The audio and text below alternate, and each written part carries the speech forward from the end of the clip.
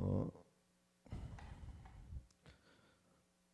이 에스겔서는 에스겔이라고 하는 선지자가 바벨론의 포로로 끌려가 있는 이스라엘 백성들에게 전한 하나님의 말씀입니다. 우리가 계속해서 이렇게 쭉 보면 이스라엘이 바벨론의 포로로 끌려가죠. 세 번에 걸쳐서 포로로 끌려가고 세 번에 걸쳐서 돌아온다라고 얘기했잖아요. 그죠? 근데 첫 번째 1차 바벨론의 포로로 끌려갈 때 그때 끌려간 사람이 다니엘이라고 하는 선지자예요. 나중에 바벨론의 총리가 되어지죠. 2차 포로로 끌려갈 때 끌려간 사람이 누구냐면 오늘 우리가 읽은 에스겔이라고 하는 선지자입니다.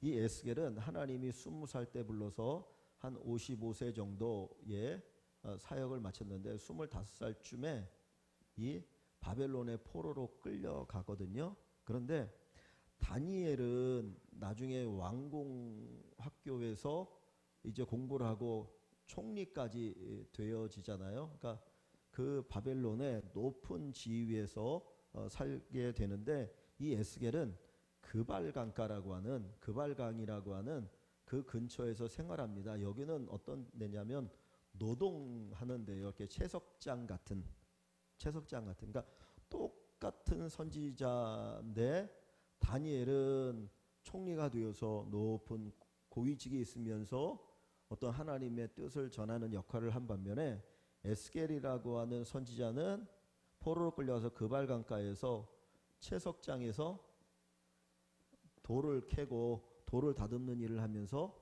하나님의 뜻을 전해요. 그러니까 이걸 보면 하나님께서 부르시는 하나님의 선지자들이지만 전혀 다른 환경 속에서 복음을 전하는 것을 볼 수 있습니다. 이거는 하나님의 이제 역사니까 우리가 모르겠죠. 그래서 하나님께서 부르실 때 다양한 방법으로 부르시는데 이 에스겔 선지자를 통해서 하나님께서 이 다니엘도 마찬가지지만 환상을 많이 보여주셔요. 환상을 많이 보여주시는데 그 보여주는 이제 환상이 어떤 부분들이냐면 죄에 대한 환상과 회복에 대한 환상 두 가지를 크게는 보여줍니다. 그래서 이스라엘 백성들이 짓는 죄에 대한 환상을 보여주는데 그 중에 하나가 뭐냐면 성전 환상이에요. 성전. 그래서 하나님께서 이제 성령으로 이렇게 에스겔 선지자를 데려가셔서 보여주는 환상이 있는데 그 환상이 어디냐면 성전을 딱 들어갔는데 이 성전은 뭐 하는 곳인가요? 하나님을 예배드리는 거잖아요. 그런데 가서 딱 보니까 하나님을 예배하는 것이 아니라 담무스라고 하는 이방의 신을 섬기고 태양신을 섬기고 그 다음에 온갖 뭐 메뚜기나 이런 곤충들을 해놓고 섬기는 우상의 신전이 되어버린 것을 이렇게 보여줍니다. 그러면서 하나님의 영광이 쭉 떠나서 이 바벨론 땅에 가게 되어지는 것을 보여주고 나중에 에스겔 성전이라고 하는 새로운 성전을 38장부터인가요? 해서 다시 하나님이 세우시는 성전의 환상을 보여주시고 이렇게 이제 하나님의 영광이 이렇게 돌아오는 것들을 보여주는 내용이 이제 나오게 되거든요. 근데 오늘 본문은 이제 37장에 있는 이 말씀을 가지고 한번 살펴보려고 합니다. 자, 본문 한번 같이 볼게요. 아까 에스겔 선지자가 바벨론의 포로로 끌려가서 선지 역할을 하는데 그 상당 부분은 환상의 내용을 가지고 하나님께서 말씀하셨더라. 이것만 그냥 먼저 알고 계시면 됩니다. 자, 어디를 보시냐면 1번 문제를 한번 볼게요. 여호와께서 에스겔을 데리고 가신 곳은 어디입니까? 자, 1절과 2절 말씀 한번 같이 읽어볼게요. 1절과 2절. 여호와께서 권능으로 내게 임하시고 그의 영으로 나를 데리고 가서 골짜기 가운데 두셨는데 거기 뼈가 가득하더라. 나를 그 뼈 사방으로 지나가게 하시기로 본즉 그 골짜기 지면에 뼈가 심이 많고 아주 말랐더라. 아멘. 자, 하나님께서 이 에스겔 선지자를 어디로 데리고 가셨나요? 요 환상 가운데 데려가신 건데 어디로 데려가셨다고 그러죠? 골짜기로 데려가셨죠. 골짜기로. 근데 그 골짜기에는 뭐가 많아요? 뼈가 많다 그랬습니다. 제가 여러 번 말씀을 드렸는데 이스라엘에서 골짜기라고 하는 것은 우리가 생각하는 골짜기가 아니고요. 산과 산이 있으면 골짜기예요. 산과 산이 있으면. 그래서 이스르엘이라고 하는 지역이 있는데 이걸 성경에 보면 골짜기라고 그렇게 표현이 돼 있어요. 그런데 이 갈멜산에서 이렇게 쭉 보면은 보이는 곳인데 이 이스라엘이 가서 보면은 여기는 평야지대예요. 평야지대. 마치 평야지대인데 여기를 골짜기로 표현하거든요. 골짜기라는 거는 이 성경에서 골짜기라는 건 뭐냐면 산이 여기 있고 산이 여기 있고 산 사이는 그냥 골짜기예요.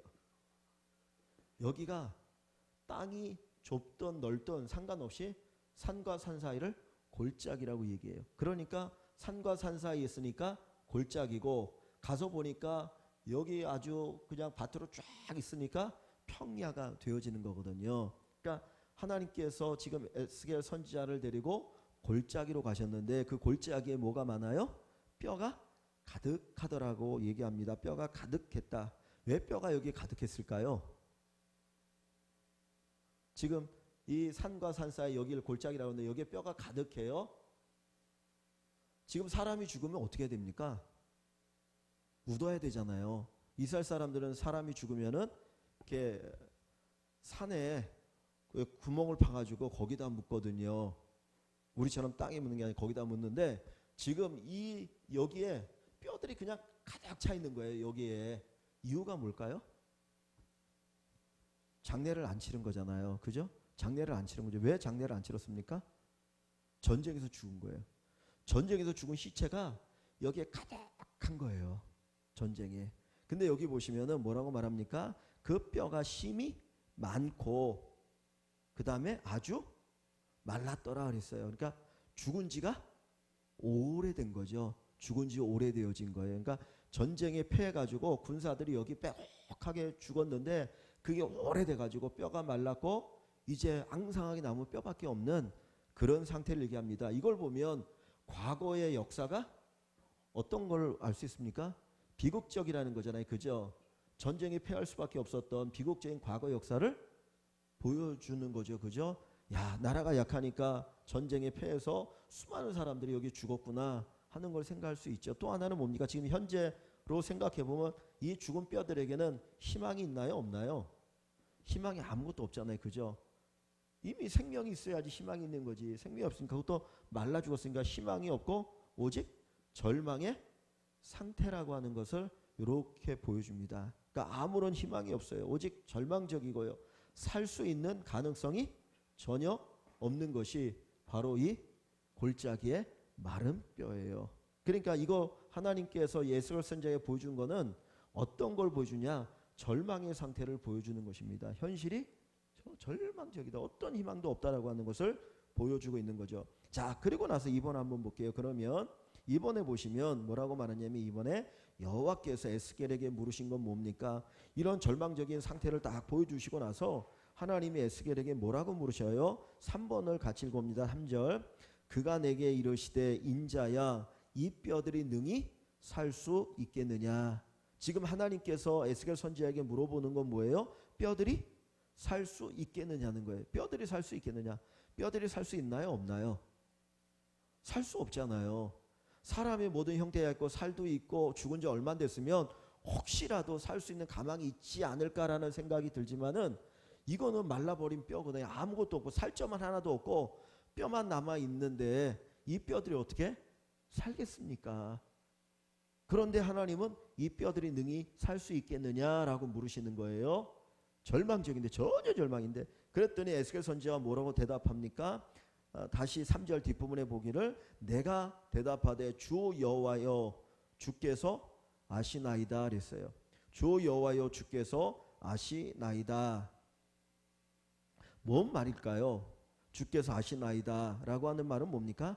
주님은 하실 수 있습니다 라고 하는 의미가 담겨 있어요. 주님은 하실 수 있습니다. 왜냐하면 뒷부분의 내용을 보면 이제 에스겔 선지자가 이렇게 말씀을 선포하는 걸 보면 이 에스겔 선지자가 주께서 아시나이다라고 하는 것은 하나님 제 눈으로 볼 때는 전혀 희망이 없습니다. 살아날 거라고 하는 것은 단 1%의 희망도 없습니다.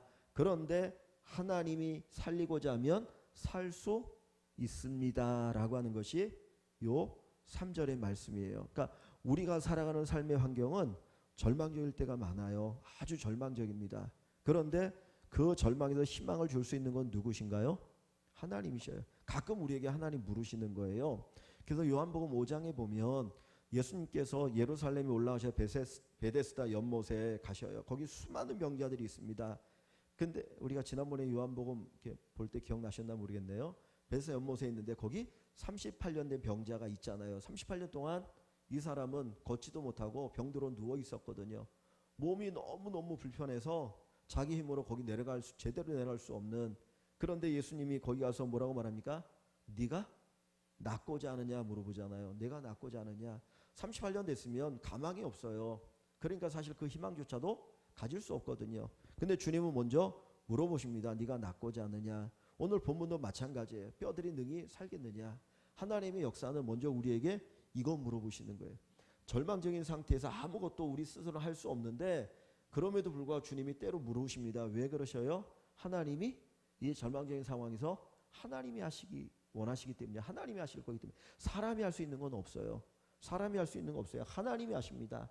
그래서 절망적인 상태일지라도 이것만 바라보면, 이 환경을 바라보면 같이 절망합니다. 그러나 누구를 바라보면 돼요? 하나님을 바라보면 절망하지 않을 수 있어요. 왜? 하나님은 하실 수 있잖아요. 무에서 유를 창조하신 분이 하나님이시잖아요. 그래서 에스겔 선지자에게 먼저 물으시는 거예요. 보여주시면서 야 살겠느냐 살겠느냐 살겠느냐 물으시는 거죠. 자 3번을 한번 봅니다. 그러면 3번으로 가볼게요. 여호와께서 마른 뼈를 향해 대언하라고 하신 말씀 뭡니까? 이 살겠느냐고 물었을 때 에스겔 선지자가 주께서 아십니다 라고 얘기하니까 주님이 뭐라고 이 마른 뼈를 향하여 말하라고 말씀하나요? 4절부터 6절 한번 같이 읽어봅니다. 4절부터 6절. 또 내게 이르시되 너는 이 모든 뼈에게 대언하여 이르기를 너희 마른 뼈들아 여호와의 말씀을 들을지어다. 주 여호와께서 이 뼈들에게 이같이 말씀하시기를 내가 생기를 너희에게 들어가게 하리니 너희가 살아나리라. 너희 위에 힘줄을 두고 살을 입히고 가죽으로 덮고 너희 속에 생기를 넣으리니 너희가 살아나리라. 또 내가 여호와인 줄 너희가 알리라 하셨다 하라. 아멘. 자 여기에 하나님께서 이 뼈들에게 대언하라고 하는 말씀을 한마디로 얘기하면 뭔가요? 뼈들이 어떻게 될 거라고요? 살아날 거라는 거예요. 살아날 거라. 말라 비틀어진 뼈인데 너희가 살아나리라. 우리는 상상할 수 없어요. 전혀 생각할 수 있고 상상할 수 없는데 하나님은 이 아주 절망적인 전혀 단 1%에도 희망이 없는 이 뼈들을 향하여 너희가 살아날 것이라는 게, 너희가 살아날 것이다. 너희가 살아나리라. 살아나리라. 여기에 희망을 얘기하죠.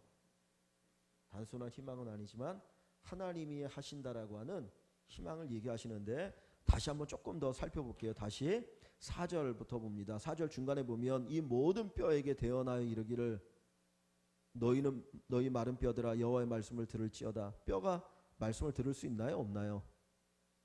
없잖아요. 죽은 생명인데. 그죠? 죽은 생명인데. 근데 뼈가 죽은 생명이지만 들을 수 있다라는 거예요. 그죠? 들을 수 있다는 거예요. 우리가 귀가 있다고 해서 듣는 게 아니고 귀가 있어도 못 듣는 사람이 수두룩해요. 근데 비록 죽은 존재이지만 이 뼈들이 여호와의 말씀을 들을 수 있다는 거예요. 세상의 모든 존재는 하나님의 말씀을 다 듣습니다. 왜 그러냐면 우리가 알잖아요. 예수님께서 제자들이 배를 타고 막 가는데 풍랑이 막 일잖아요. 그때 제자들 죽겠다고 막 난리치니까 예수님이 주무시다가 깨어가지고 누구를 향하여 선포하십니까?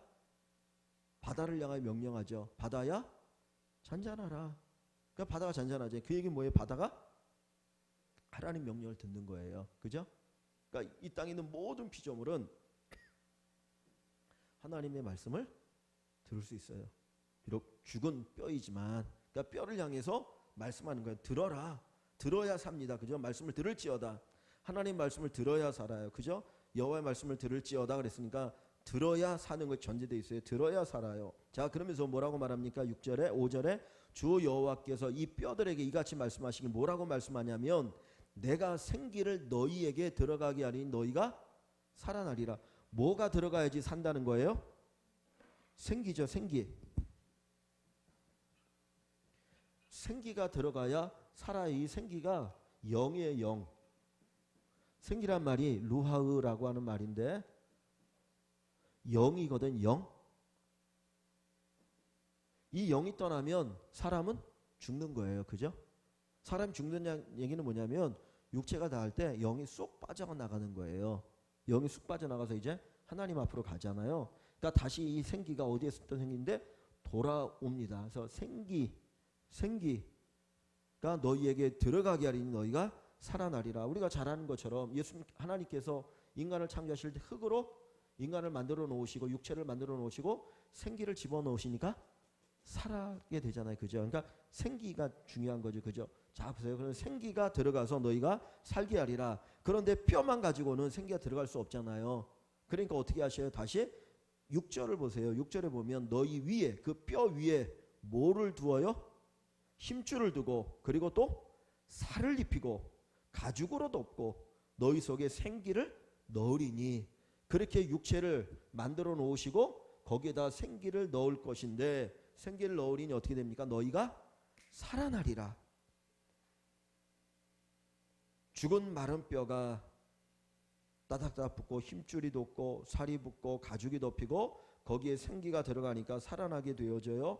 자 그리고 나서 그 마른 뼈들이 살아나게 되어지면 뭐를 안다는 겁니까? 내가 여호와인 줄 너희가 알리라.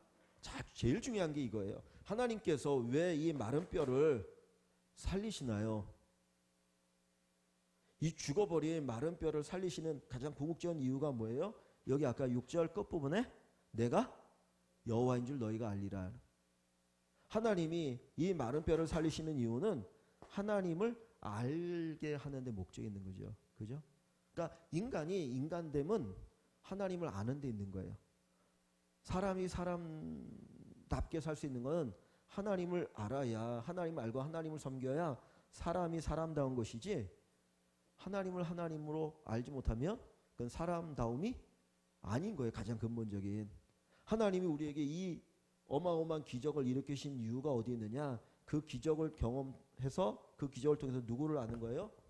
여호와 하나님을 안다는 데 목적이 있는 거예요. 여기 단순히 안다라고 하는 거는 요거는 단순히 지적으로 아는 게 아니라 체험적으로 아는 걸 얘기하는 거예요. 진짜 살아보고 아 하나님 이런 분이네. 나를 이 절망에서 건지셔서 이렇게 새로운 인생을 살게 하시네. 그거를 체험하고 나니까 하나님이 어떤 분인지를 지적인 것뿐만 아니라 경험적으로 바로 아는 것을 하나님을 안다라고 얘기하는 거예요. 그래서 그 알게 하시기 위해서 바로 죽은 뼈들을 살리시는 거죠.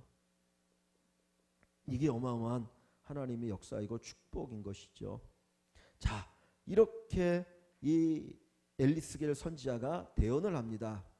그렇게 이제 대언을 하게 하시죠. 하나님께서 이렇게 대언하라고 말씀하셔요. 그랬더니 이제 에스겔 선지자가 대언을 합니다. 4번을 봅니다. 에스겔이 하나님 말씀을 대언할 때 어떤 현상이 일어납니까? 자, 하나님께서 이 말씀하신 것을 그대로 에스겔 선지자가 대언했더니 하나님 말씀을 전한 거예요. 자기 생각을 거기다 집어넣은 게 아니고 하나님 말씀을 그대로 전달을 합니다. 자, 그랬더니 어떤 일들이 일어나나요? 7절부터 8절 한번 같이 봅니다. 7절과 8절을 같이 볼게요. 이에 내가 명령을 따라 대언하니 대언할 때 소리가 나고 움직이며 이 뼈 저 뼈가 들어맞아 뼈들이 서로 연결되더라. 또 내가 보니 그 뼈에 힘줄이 생기고 살이 오르며 그 위에 가죽이 덮이나 그 속에 생기는 없더라 그랬어요. 자, 여기 보니까 지금 어떻게 됩니까? 뼈와 뼈들이 들어맞는 거예요. 그죠? 죽으니까 뼈들이 다 흩어졌지 않았습니까? 그저 세월이 흘러가면서 바람이 불고 막 그러면서 뼈들이 그 자리만 있는 것이 아니라 이게 막 이쪽저쪽 막 섞여 있는 거예요. 그러니까 여러 사람의 뼈들이 쫙 섞여 있는데 하나님께서 이 에스겔 선지자를 통해서 이렇게 말씀을 대언하게 하시니까 살아라. 그러니까 그 소리가 나면서 막 뼈들이 막 자기 뼈들을 찾아가는 거예요. 자기 뼈를 막 찾아가면서 뼈들이 탁탁탁 붙으면서 모양이 만들어지고 그 위에 또 뭐가 덮입니까? 힘줄이 생기고 그 다음에 살이 오르고 그 위에 가죽이 덮여요. 그러면서 사람의 형태가 이렇게 만들어지는 거예요. 상상이 되시나요? 상상이 되시죠? 그냥 뼈들이 막 맞춰지더니 갑자기 그 위에 힘줄이 막 생기고 그 다음에 살이 이렇게 근육이 생기고 그 위에 가죽이 딱딱 비면서 사람의 모양이 탁 만들어지는 거예요. 뭐 영화 같은 데도 이게 많이 나오잖아요. 자, 그러고 나서 근데 문제는 뭐가 문제인가요? 그 속에는 뭐가 없어요? 생기가 없어요. 그러니까 마치 하나님이 흙으로 인간을 이렇게 만들어 놓으셨는데 그냥 죽은 것처럼 움직이지도 않고 있는 그런 상태처럼 된 거예요. 그죠? 아담을 하나님 딱 만드셨을 때 이런 상태예요. 근데 하나님이 어떻게 하십니까? 자, 그러고 나니까 자, 5절 한번 봅니다. 5절을 보면 5번을 보면 생기를 향해 태어난 여호와의 말씀 무엇입니까? 자, 하나님께서 자, 어떻게 에스겔이 어떻게 하나요? 자, 9절 한번 봅니다. 또 내게 이르시되 인자야 너는 생기를 향하여 태어나라. 생기에게 태어나 이르기를 주 여호와께서 이같이 말씀하시기를 생기야 사방에서부터 와서 이 죽음을 당한 자에게 붙어서 살아나게 하라 하셨다 하라. 그랬더니 10절에 이에 그 명령대로 태어나 했더니 생기가 그들에게 들어가요. 계속 곧 그들이 살아나게 되어지죠. 자, 보니까 여기에 이렇게 만들어 놓고 그 다음에 생기를 향해서 명령을 하게 하시죠. 그죠? 생기를 향해서 명령을 하게. 그러니까 뼈들은 남아있고 다 살은 없어졌는데 생기가 어딘가 있었던 거예요. 그죠? 그러니까 이 영들이 다시 말하면 영혼이라고 얘기할 수 있죠. 이 영혼이 몸을 빠져나와서 어딘가에 있었어요. 그랬는데 에스겔 선지자가 선포하니까 이 영혼이 자기의 몸, 그 몸뚱아리 하나씩 다 찾아가는 거죠. 그러니까 생기가 없으면 생명이 될 수가 없어요. 그죠? 생기가 있어야 되는 거죠. 영혼이 루하라고 하는 영혼이 있어야 됩니다. 자, 그 다음에 보세요. 6번을 봅니다. 에스겔이 태어나자 어떤 일이 일어납니까? 자, 그렇게 태어나고 나니까 10절에 보니까 어떻게 결과가 나타나요? 이에 내가 그 명령대로 태어나였더니 뼈들을 향하여 말씀을 선포하고 생기를 향하여 말씀을 선포했더니 생기가 그들에게 들어가매 곧 그들이 곧 살아나서 일어나 서는데 극히 큰 뭐가 되나요? 군대가 돼요. 그러니까 이 죽었던 자들이 살아났는데 그들이 보니까 군대인 거예요. 군대.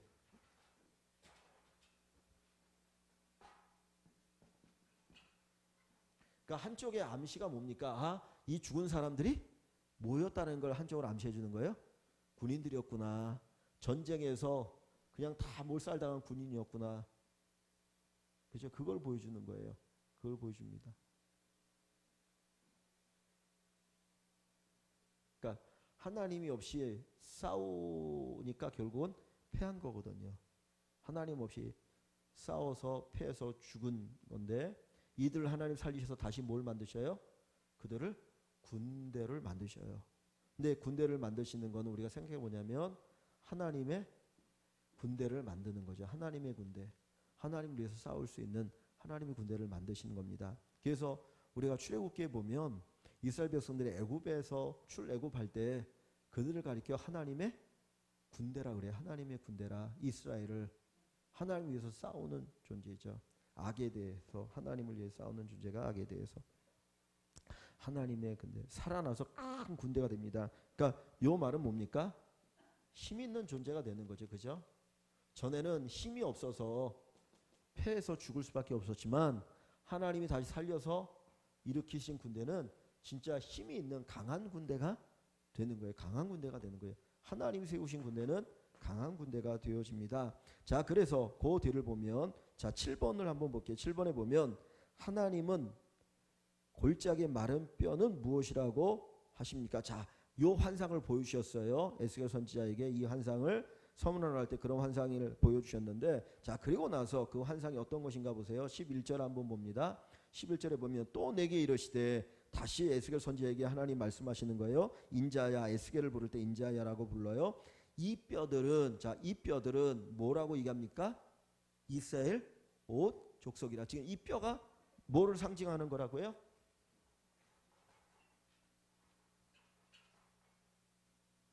이 마른 뼈들은 이 골짜기에 수많은 마른 뼈들은 뭐에 대한 상징이에요? 이스라엘을 지금 보여주는 거죠. 이스라엘이라는 현재 이스라엘이에요. 이 이스라엘은 지금 어떻게 되어지는 상태인가요?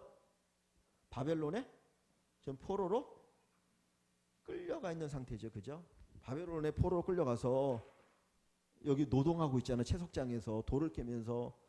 그 제가 언제 한번 그 설교하다가 불러 보여준 노래가 제 바벨론 강가에서, 옛날에 그 우리 권사님들은 아실 텐데 바벨론, 제가 노래를 잘 못해가지고 그 하여튼 바벨론 강가에서라고, 리버 바벨론, 하여튼 그 노래가 있어요. 바벨로니아. 그거 네 사람이 부르는 그 이렇게 팝송에. 예? 우리 권사님 잘 아시는데 제가 언제 한번 보여드렸는데, 이렇게 그 자메이카 사람들이 그 하는데, 그게 뭐냐면 바벨론 강가에 그 시편에 있는 말씀을 인용해서 하는 건데, 거기에 이렇게 앉아 있을 때, 야 너희 한번 찬송 불러봐라, 찬송 불러봐라, 그러면서 이렇게 조롱하는 거야. 그러니까 우리가 나라를 잃어버리고 여기 와 있는데 우리가 어떻게 그 노래 부를 수 있느냐. 좀 슬픈 노래거든요. 근데 그 노래를 가지고 디스코장에서 디스코 치면서 불러요. 왜냐면 이렇게 좀 리듬이 그래가지고.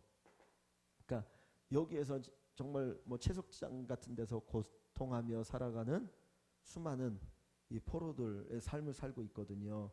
근데 그들의 모습이 바로 뭐와 같다? 뼈와 같다는, 아무런 희망이 없는 거예요. 그냥 그들은 우리가 나라도 다 망했고 여기 포로로 끌려왔는데 우리에게 무슨 희망이 있겠느냐. 아무런 희망이 없다. 이게 지금 요 사람들의 모습이거든요. 그래서 그렇게 봅니다. 자, 그런데 보세요. 그래서 뭐라고 하냐면, 그들이 이르기를, 그 바벨론의 포로로 끌려간 이스라엘 백성들이 뭐라고 말하냐면, 우리의 뼈들이 말랐고 우리의 소망이 없어졌으니 우리는 다 멸절되었다 하느니라. 마치 마른 뼈처럼 아무런 희망이 없다. 우리가 지금 이 11절입니다. 바벨론에 포로로 끌려와서 무슨 희망이 있느냐. 이 거대한 나라에서 우리 보잘것없는 우리가 무슨 희망이 있겠느냐. 마치 아까 이 골짜기에 마른 뼈와 같다라는 거예요. 마른 뼈와 같다라는 거죠. 그 모습을 이야기합니다. 그래서 골짜기의 마른 뼈는 바로 바벨론의 포로로 끌려가 있는 희망이 없는 그 이스라엘 백성들의 모습을 이야기합니다. 자, 그때 하나님께서 8번을 보시면, 하나님께서 여호와께서 이스라엘을 위해 하실 일이 무엇입니까? 그러면 이 환상을 통해서 하나님 보여주는 게 뭔가를 보세요. 자, 12절과 13절, 14절 한번 같이 봅니다. 천천히. 그러므로 너는 대언하여 그들에게 이르기를, 주 여호와께서 이같이 말씀하시기를, 내 백성들아, 내가 너희 무덤을 열고 너희로 거기에서 나오게 하고 이스라엘 땅으로 돌아가게 하리라. 내 백성들아, 내가 너희 무덤을 열고 너희로 거기에서 나오게 한즉 너희는 내가 여호와인 줄을 알리라. 내가 또 내 영을 너희 속에 두어 너희가 살아나게 하고 내가 또 너희를 너희 고국 땅에 두리니 나 여호와가 이 일을 말하고 이룬 줄을 너희가 알리라. 여호와의 말씀이니라. 자, 무슨 말씀인지 알겠죠? 자, 제가 한번 이렇게 다시 보면서 얘기할게요. 자, 12절에 그러므로 그래서, 그러므로 너는 대언하여 그들에게 이르기를, 지금 누구에게 말하라고 하는 겁니까? 너는 대언하여 그들에게 이르기를, 그들이 누구예요? 바벨론에 포로로 끌려간 사람들인 거죠. 그죠? 이번에는 바벨론에 포로로 끌려간 사람에게 이제 얘기해. 자, 봐라, 환상 가운데 마른 뼈에게 말할 때 뼈가 살아나지 않았느냐. 근데 그 뼈들은 누구예요? 바로 바벨론에 포로로 끌려와 있는 너희 백성들이야. 그러니까 그 백성들에게 지금 얘기하라. 그들이 말할 때는 우리는 뼈처럼, 마른 뼈처럼 아무런 소망이 없다. 우리 희망이 없고 우리는 절망적인 뿐이다. 그런 그들에게 하나님이 다시 대언하라는 거예요. 뭐라고 대언하라고 말하냐면, 자, 12절 중간에 주 여호와께서 이같이 말씀하시길 뭐라고 말하고 하냐면, 내 백성들아, 지금 이 이스라엘 백성들을, 이스라엘의 포로로 끌려간 사람들을 하나님은 뭘로 부르고 계셔요? 누구의 백성이에요? 내 백성이에요. 내 백성아, 내 백성들아. 지금 하나님께서 이스라엘을 향하여 내 백성이라는 거예요. 그러면 하나님은 이 이스라엘 사람들에 대해서 뭐를 해야 돼요? 책임이 있는 거예요. 책임이. 왜냐하면 자기 백성이기 때문에 왕이신 하나님은 이 백성을 다시 회복시키실 책임이 있는 거예요. 내 백성이라고 부를 땐 그냥 부른 게 아니고, 야, 내가 너희 책임진다, 내가 너희 다시 회복시킨다 라고 하는 그 의미를 여기에 담고 있는 거예요. 내 백성이라는 말 속에는. 사실 하나님을 배신해서 지금 포로로 끌려간 거잖아요. 하나님 배신해서. 이스라엘 백성들이 하나님 배신하고 아까 제가 앞에 보았던 무슨 뭐 곤충 그리고 태양 그리고 뭐 단무스 뭘 섬기는데 이스라엘의 장로들조차도 다 여기 섬기고 있거든요. 그러니까 겉으로는 성전인데 속을 보면 우상의 소굴이에요. 그래서 하나님 배신해가지고 그것 때문에 포로로 끌려갔는데 그럼에도 불구하고 하나님은 그들을 가리켜 뭐라고 말하냐면 너희가 내 백성이야. 그 얘기는 내가 너희 책임질 거야. 백성의 자격 없는데도 불구하고 하나님께서 책임져 주신다라는 그 의미가 여기 담겨 있어요. 자 보세요. 그 다음에 내 백성들아 내가 너희 무덤을 열고 무덤은 뭐를 의미하겠습니까? 너희 무덤을 열고 너희로 거기에서 나오게 하고 이스라엘 땅에 돌아가게 하리라. 그럼 무덤은 뭐를 지금 의미하는 거예요? 어딜까요? 무덤은 어디에 있어요? 바벨론 땅이겠죠. 그죠? 지금 여기에 포로로 끌려와 있잖아요. 그런데 그 바벨론 땅을 무덤이라고 얘기하는 거는 아까 뼈니까 죽었으니까 어디에 갇혀 있습니까?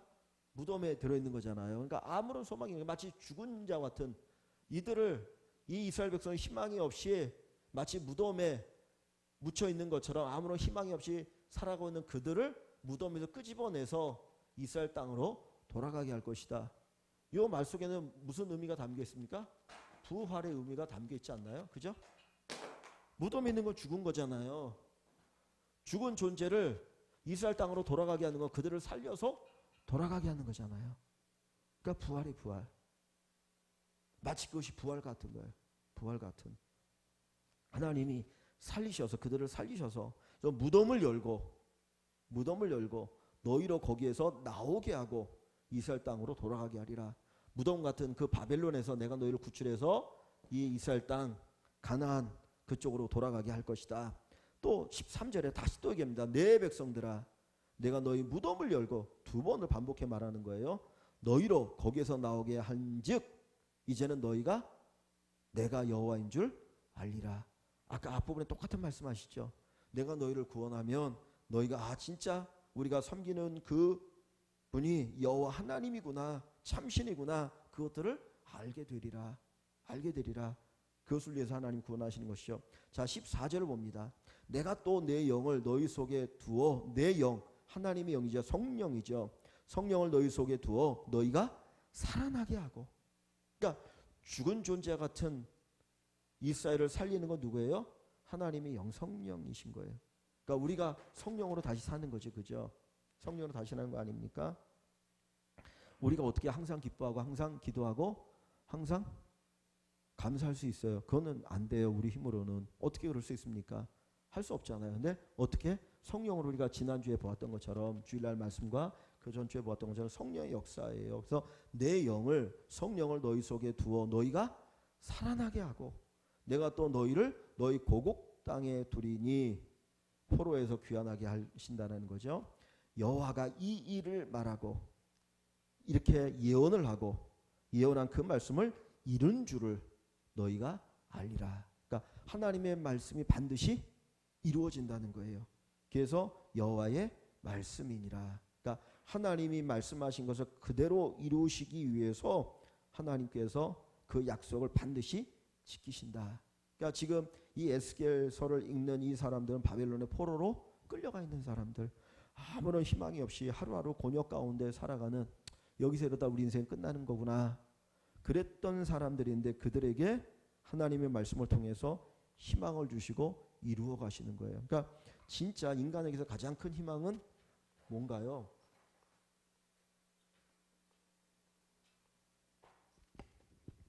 인간의 가장 큰 축복, 희망은 하나님의 말씀이에요. 하나님의 말씀. 하나님의 말씀이 들려지는 것이 가장 큰 복입니다. 우리에게 하나님의 말씀이 들려지면 이 말씀이 그대로 이루어지잖아요. 그죠? 이루어지잖아요. 죽은 나사로에게도 예수님께서 나사로에 나오라 말씀하시면 죽은 자가 살아서 나오잖아요. 그러니까 우리에게 필요한 거는 다른 거 아닙니다. 하나님의 말씀이에요. 하나님의 말씀과 연결돼서 같이 역사하는 거는 우리가 지난주에 봤던 것처럼 성령이죠. 성령. 성령과 말씀은 뗄 수가 없어요.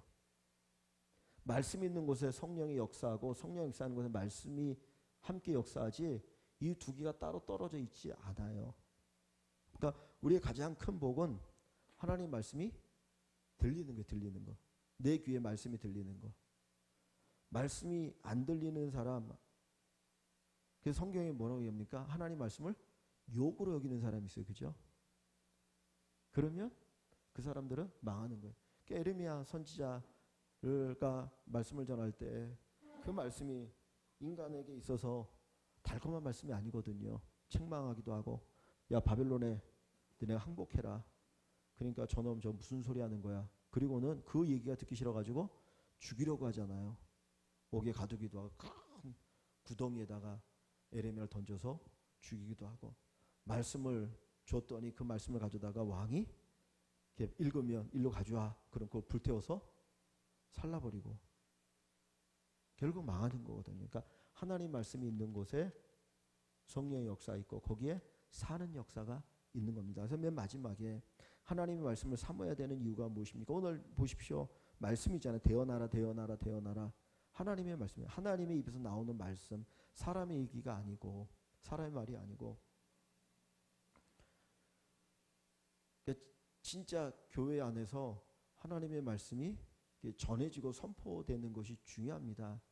근데 우리의 귀가, 저도 마찬가지고 많은 분들이 귀가 어려워서 자꾸 사람의 말을 듣고 싶어 해요. 사람의 말을 듣고 싶어 하고, 안타까운 건 뭐냐면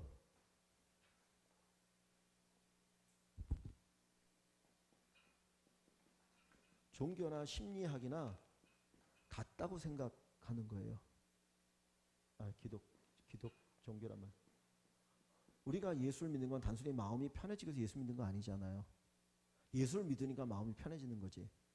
그죠? 구원받고 나니까 진짜 하나님을 아니까, 하나님이 나를 향한 내 백성아라고 부르고 하나님이 나의 하나님인 걸 아니까 그 안에서 참된 기쁨과 평안이 있는 것이지, 우리가 신앙생활하는 것 자체가 심리학처럼 기쁨을 구하거나 평안을 이것 자체가 목적으로 구하는 건 아니거든요. 근데 어느 순간부터 이렇게 툭 떨어졌어요. 그래서 어떤 분이 누구 옛날에 오카노 목사님 아들이 쓴 책 중에 심리학에 물든 기독교라는 말이 있거든요. 그냥 그 자리에 뚝 떨어져 버렸어요. 그냥 그게 목적인 거예요. 내가 하나님께 영광을 돌리고 하나님을 찬양하고 예배하고 하나님 높이는 것이 진짜 목적이, 그것에 대한 반응으로 하나님께서 우리에게 이걸 주시는 것인데, 그것이 목적이 아니라 이것 자체가 목적이 되어져 버린 교회가 되어지고 있어요. 그러니까 그러다 보면 정말 이 하나님의 말씀을 우리가 경험할 수 없거든요. 그래서 가장 중요한 거는 하나님의 말씀 바르게 전해지고 있느냐, 이 부분에 대해서 우리가 끊임없이 고민하고 그 말씀 붙들고 살아가는 그런 우리가 되어지기를 소망합니다. 그래서 오늘 말씀 보니까 인간에게는 아무런 절망이 없어요. 그저 하나님 떠난 인간의 절망을 보여줍니다. 그럼에도 불구하고 하나님께서 다시 살리시죠. 다시 살리십니다. 다시 살리시는 이유가 어디 있습니까? 내가 여호와인 줄 너희가 알리라. 하나님을 아는 것, 하나님을 아는 것, 그 하나님을 아는 건 단순한 이건 지식이 아니라 내가 체험하고 그분을 사랑하고 그분을 기뻐하고 그분을 영화롭게 하는 것, 그것을 위해서 하나님 우리를 다시 살리시는 것입니다. 자, 한번 그럼 1절부터 조금 길지만 14절 한번 다시 읽어볼까요? 그러면 오늘 쭉 말씀을 같이 나눴으니까 이 내용이 무슨 내용이구나 하는 거를 잘 알 수 있을 것 같아요. 우리 1절부터 14절 말씀을 같이 한번 좀 천천히 읽어보겠습니다. 여호와께서 권능으로 내게 임재하시고 그의 영으로 나를 데리고 가서 골짜기 가운데 두셨는데 거기 뼈가 가득하더라. 나를 그 뼈 사방으로 지나가게 하시기로 본즉 그 골짜기 지면에 뼈가 심이 많고 아주 말랐더라.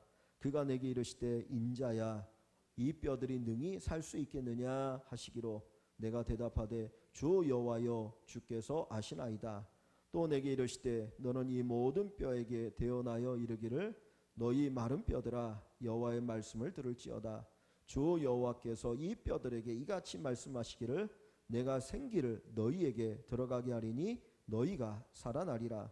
너희 위에 힘줄을 두고 살을 입히고 가죽으로 덮고 너희 속에 생기를 넣으리니 너희가 살아나리라. 또 내가 여호와인 줄 너희가 알리라 하셨다 하라. 이에 내가 명령을 따라 대언하니 대언할 때 소리가 나고 움직이며 이 뼈 저 뼈가 들어 맞아 뼈들이 서로 연결되더라. 내가 또 보니 그 뼈에 힘줄이 생기고 살이 오르며 그 위에 가죽이 덮이나 그 속에 생기는 없더라. 또 내게 이르시되 인자야 너는 생기를 향하여 대언하라. 생기에게 대언하여 이르기를 주 여호와께서 이같이 말씀하시기를 생기야 사방에서부터 와서 이 죽음을 당한 자에게 붙어서 살아나게 하라 하셨다 하라.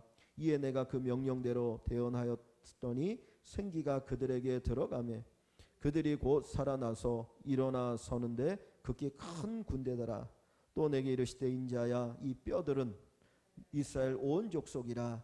그들이 이르기를 우리의 뼈들이 말랐고 우리의 소망이 없어졌으니 우리는 다 멸절되었다 하느니라.